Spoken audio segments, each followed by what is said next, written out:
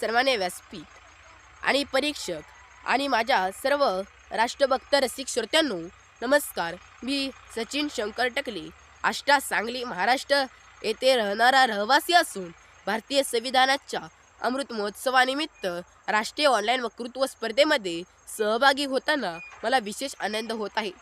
मी आज तुमच्यासमोर एका अशा विषयावरती माझे अंतःकरण रिकामे करणार आहे की जो केवळ माझ्या कल्पनेचा भाग नाही तर माझ्या अस्तित्वाचा श्वास आहे. तो विषय म्हणजेच माझ्या स्वप्नातील उद्याचा भारत.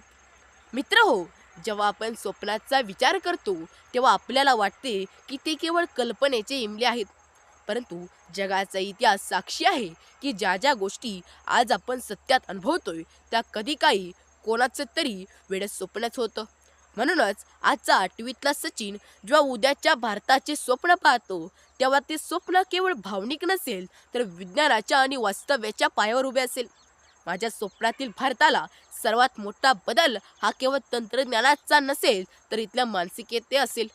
मला असा भारत हवा आहे की जिथे जात आणि धर्म हे केवळ वैयक्तिक ओळखीचे मर्यादित भाग असतील. ते संघर्षाचे किंवा राजकारणाचे रणमैदान नसतील. जेव्हा एखादा भारतीय दुसऱ्या भारतीयाला भेटेल तेव्हा त्याच्यामुळे त्याच्या डोळ्यात द्वेष नसेल तर माणूस म्हणून एकमेकांना सन्मान करण्याची वृत्ती असेल. सामाजिक समतेचा हा विचार संविधानाच्या पानामधून बाहेर पडेल. प्रत्येक भारतीयाच्या रक्तामध्ये भिनवलेला असेल, जिथे स्त्री आणि पुरुष असा भेदभावच उरणार नाही तर गुणवत्तेला अंतिम प्रमाण मानले जाईल. माझी बहीण किंवा आई जेव्हा रात्रीच्या वेळी निर्भयपणे रस्त्यावरती चालू शकेल तेव्हाच मी म्हणेन माझ्या स्वप्नातील भारत खऱ्या अर्थाने स्वतंत्र झाला आहे.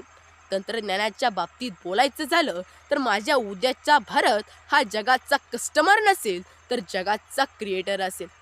आज आपण परदेशी बनावटीचे सॉफ्टवेअर वापरतो, परदेशी बनावटीचे उपकरणे वापरतो, पण माझ्या स्वप्नातील भारतात डिझाईन इन इंडिया ही संकल्पना जगभरात गाजेल. इथला 8वी 10वीतला मुलगा केवळ पाठांतर करणार नाही तर तो आपल्या प्रयोगशाळेत बसून एखादा असा रोबोट किंवा एखादे असे साहित्य तयार करेल जो जगाच्या समस्या सोडवेल. शिक्षण व्यवस्था ही केवळ पदव्या वाढवणारी यंत्रणा नसेल तर ती प्रतिभा फुलवणारी बाग असेल. तिथे काय शिकावे यापेक्षा कलावृत्तीने कसे जगावे हे शिकवले जाईल. कृषी क्षेत्राबद्दल बोलताना माझे मन भरून येते. माझ्या स्वप्नातील भारतात शेतकरी हातबल होऊन आत्महत्या करणारा जीव नसेल तर तो हायटेक उद्योजक असेल. सांगलीच्या मातीमधून निघणारी द्राक्षे किंवा ऊस जेव्हा आधुनिक शीतगृहातून आणि प्रगत वाहतूक व्यवस्थेतून थेट न्यूयॉर्क किंवा लंडनच्या बाजारपेठेत पोचतील तेव्हाच माझ्या देशाची खरी आर्थिक प्रगती झाली असे समजेल मी. तिथे शेतीला विज्ञानाची जोड असेल. ट्रिप इरिपेक्स पासून ते ड्रोनपर्यंत होणाऱ्या फवारणीपर्यंत तंत्रज्ञान प्रत्येक अनुभवतारक शेतकऱ्याच्या हातात असेल. जलसंधारणाच्या माध्यमातून आपली कृष्णा नदी पुन्हा एकदा निर्मळ आणि बारामाही वाहणारी असेल. जिथे प्रदूषणाची लवलेशाळी, आरोग्याची बाबतीत माझा भारत असा असेल की जिथे उपचारापेक्षा प्रतिबंधीला जास्त महत्त्व दिले जाते. आयुर्वेद आणि आधुनिक वैद्यशास्त्र याचा एक असा संगम असेल की माणसाची सरासरी आयुर्मर्यादा वाढेल.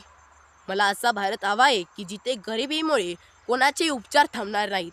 प्रत्येक नागरिकाकडे एक डिजिटल हेल्थ कार्ड असेल आणि उपचारासाठी त्याला वनवन फिरावे लागणार नाही. तर ही व्यवस्था केवळ कागदावर नसेल तर प्रत्येक खेड्यापाड्यातील प्राथमिक आरोग्य केंद्रावर प्रत्यक्ष अनुभवायला मिळेल.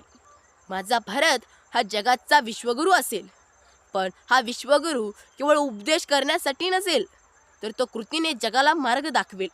वसुदैव कुटुंबम हा मंत्र आमचा मंत्र असेल. जेव्हा जगात युद्ध पेटलेले असतील तेव्हा भारत तिथे शांततेची मशाल घेऊन उभा असेल.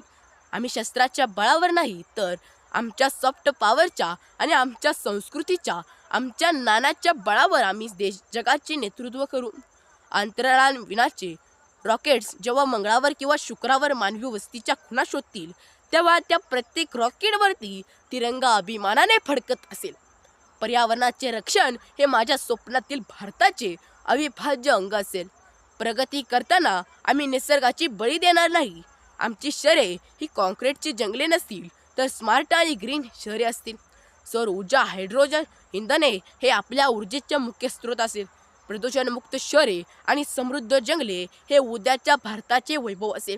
शेवटी हे केवळ प्रश्न माझे नाहीत, तर तुम्हा सर्वांचे आहेत. हे स्वप्न पूर्ण करण्याची ताकद माझ्यासारख्या तरुणांच्या विचारामध्ये घडत आहेत. तुमच्यासारख्या मार्गदर्शकाच्या प्रेरणेत आहेत. बदल हा एका रात्रीत घडत नाही, पण प्रत्येक दिवसाच्या प्रामाणिक प्रयत्नाने नक्कीच येतो.